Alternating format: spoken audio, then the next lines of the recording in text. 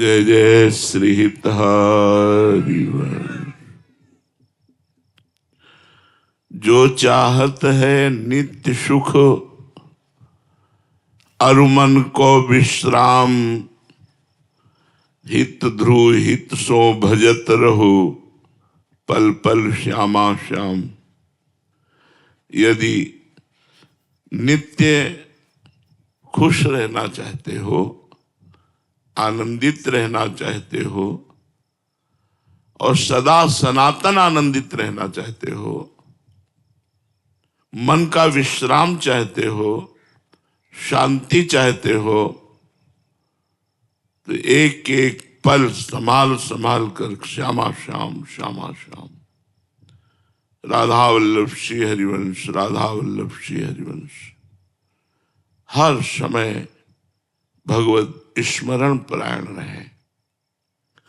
ये कहना सरल बात है कि हर समय भगवत स्मरण परायण रहे, पर है बहुत कठिन बात। आप लोग देख लीजिए, खुद देख लीजिए कि आप कितने मिनट सच्चिदानंद भगवान का चिंतन करते हैं।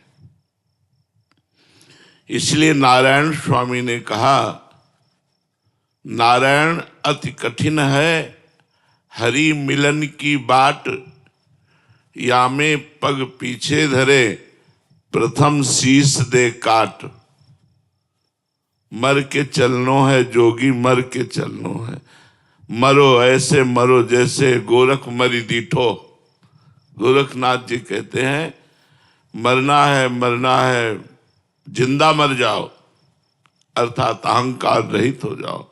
ऐसे मरो जैसे गोरखनाथ मरा, वो कह रहे हैं। भगवान के मार्ग की बातें करना बहुत सरल है, वास्तविक बात है भगवान के मार्ग में चलना बड़ा कठिन है। हम लोग अपने जीवन भर यही देखते रहे, जैसे जरा सा चूक हो जाए तो फिसल कर न जाने कहां पहुंच जाए, ऐसे जरा सा चूक हो जाए तो माया मार के गिरा दे। बहुत बार साधक नाम की महिमा सुनता है और नाम जपना चाहता है, पर विषय भोगों की प्रीति उसे नाम नहीं जपने देती।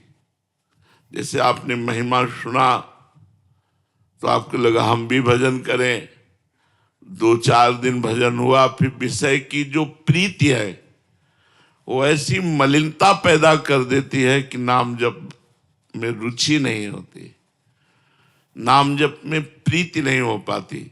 इसीलिए विषय त्याग नाम जप के लिए अत्यंत आवश्यक है। विषय वो जो भगवान से विमुख करता है, जो भगवान के सन्मुख विषय करता है, उसका त्याग नहीं। धर्मयुक्त विषय का भोग भगवान की भक्ति बढ़ाता है और अधर्मयुक्त विषयों का सेवन भगवान की भक्ति में बाधा बनता है। सभी बुरे विचार एवं दुर्गुण 3 प्रकार से आते हैं। एक तो पूर्व जन्म के संस्कार से। हमारा पूर्व जन्म यदि गंदा रहा है तो इस जन्म में ना चाहते हुए भी गंदे विचार आएंगे। दूसरा भोजन से। यदि हमारा भोजन सही नहीं है तो हमारे विचार दूषित हो जाएंगे। तीसरा कुसंग से। यदि हमारा साथ ठीक नहीं है तो हमारे विचार दूषित हो जाएंगे। नाम जापक को 3 वासनाओं को नष्ट करना पड़ता है। एक भोजन से प्रकट हुई वासना, एक पूर्व जन्म से प्रकट हुई वासना और एक कुसंग से प्रकट हुई वासना। भोजन वाली 1-2 दिन में संभल जाएगी अपने आप। कुसंग वाली को बहुत सावधानी से संभालना है। क्योंकि अगर कुसंग लंबा खिंच गया तो हमारा जीवन बर्बाद हो जाएगा। पूर्व जन्म की वासना से लड़ना पड़ता है 20 वर्ष। वो सूक्ष्म हो जाती है लेकिन नष्ट नहीं होती। और जहां तीनों वासनाएं नष्ट हुई उसी समय आपको नाम अमृत जैसा मीठा लगेगा। 1 मिनट भी छोड़ना अच्छा नहीं लगेगा। इसलिए हम भोजन पर, संग पर और अंदर विचार पर दृष्टि रखें। हमारा भोजन शुद्ध हो, हमारा विचार शुद्ध हो, हमारा संग शुद्ध हो।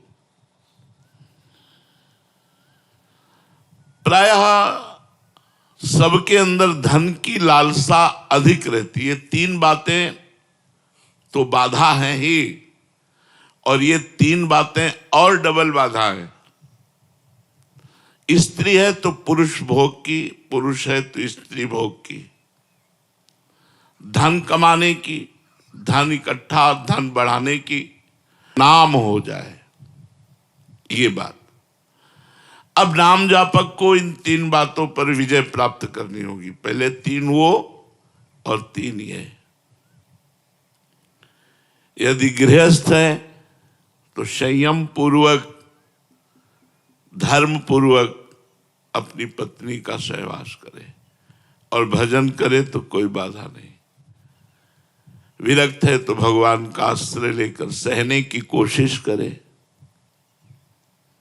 धन है तो गृहस्थ है तो धर्म पूर्वक कमाए, और कमाए हुए धर्म पूर्वक धन से 10%, 100 में 10 रुपया गरीबों की सेवा, अनाथों की सेवा, गौओं की सेवा, संतों की सेवा, मरीजों की सेवा, इनमें खर्चा करें।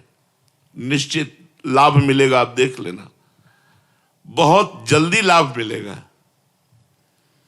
यदि आपने परोपकार ठान लिया है कि आज का हम भोजन भूखे रह करके व्रत करेंगे और दूसरे को पवा देंगे, तो एक दिन आपके यहां भंडारा चलने लगेगा। लिख लो हमारी बात। अगर धनी बनना है तो हम तुम्हें सच्चा उपाय बता रहे, परोपकार करना शुरू कर दो। 5 रुपए से शुरू कर दो परोपकार करना। हमारे वृंदावन में सेवा कुंज के इस साइड में एक आश्रम है जिसका नाम नथियाबाई। नथियाबाई तो जब आई यहां तो उन्होंने सोचा मेरे से क्या भजन होगा, संत सेवा बन जाए, यही मेरे भाग्य की बात है। अब संत सेवा के लिए धन चाहिए, तो क्या करती, यमुना किनारे उपले बिनती, जो जानवर गोबर कर देते हैं, सूख जाता है, उसे उपला कहते हैं, और ब्रजवासियों से आटा मांग लाती और रोटी बनाती, फिर संत को बुलाती। बहुत अब वो नाम जपते हुए ऐसी रोटी बनाती कि जो संत पाता वो बड़ाई करता। अब वहां बिना बुलाए संत आने लगे, 2 आने लगे, 4 आने लगे। उन्होंने किसी को मना नहीं किया, कभी भी आ जाए, रात के आ जाए तो रोटी बना के देने लगी। धीरे धीरे लोगों को पता चला, वहां दाल और आटे के बोरे, घी की टीनें पहुंचने लगी। धीरे धीरे आश्रम बन गया। एक दिन वो 10 वर्ष सेवा करते व्यतीत हो गए। फल का समय आया तो गेहूं लेने गई थी ब्रजवासियों से, जैसे समय आता है ना गेहूं का, तो खेतों में फिर वो 5 किलो 10 किलो ऐसे सब चंदा रूप में दे देते हैं। तो गाड़ी भरकर, बैलगाड़ी भरकर गेहूं लिए हुए उसी में आराम से आ रही थी। अब इतने में बादल आ गया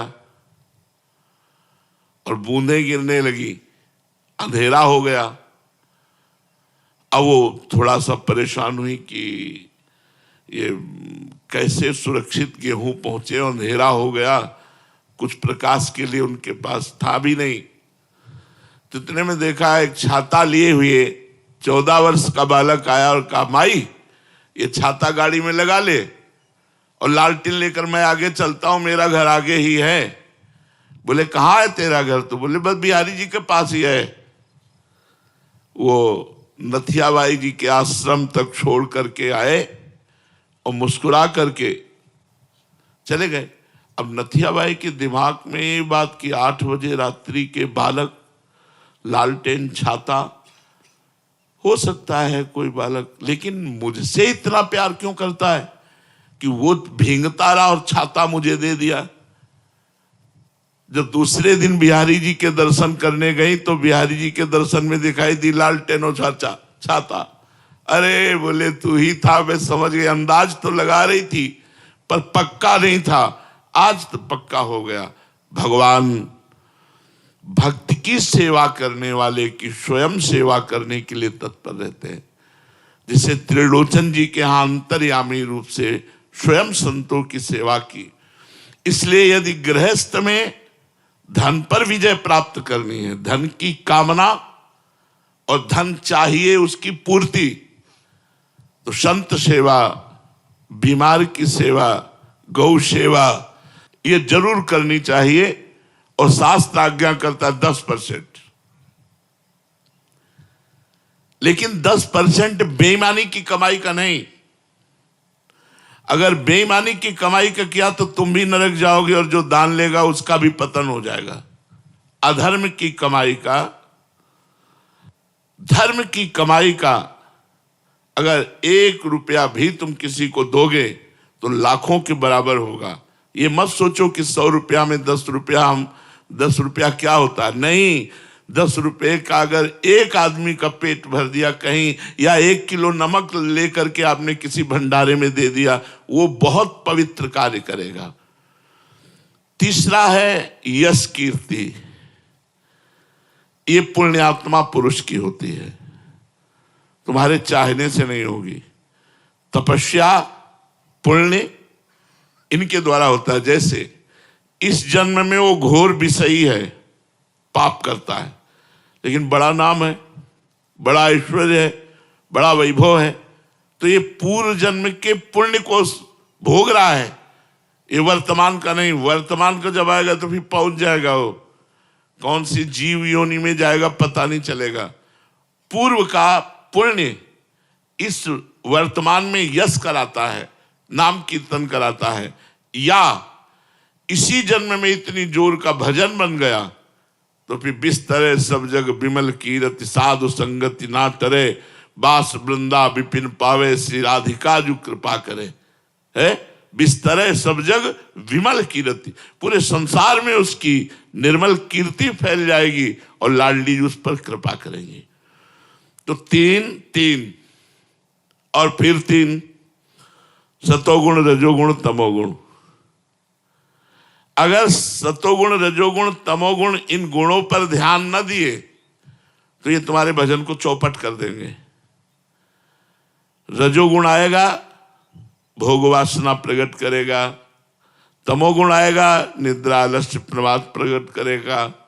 सतोगुण आएगा तो थोड़ा भजन में उन्नति होगी। लेकिन सतोगुण भी भगवत प्राप्ति के लिए थोड़ा सहायक है। बका त्रिगुणातीत होने पर ही भगवत प्राप्ति होती है। जब तक तीनों गुणों से हम जीत नहीं जाते तब तक हमारी बात नहीं बनती।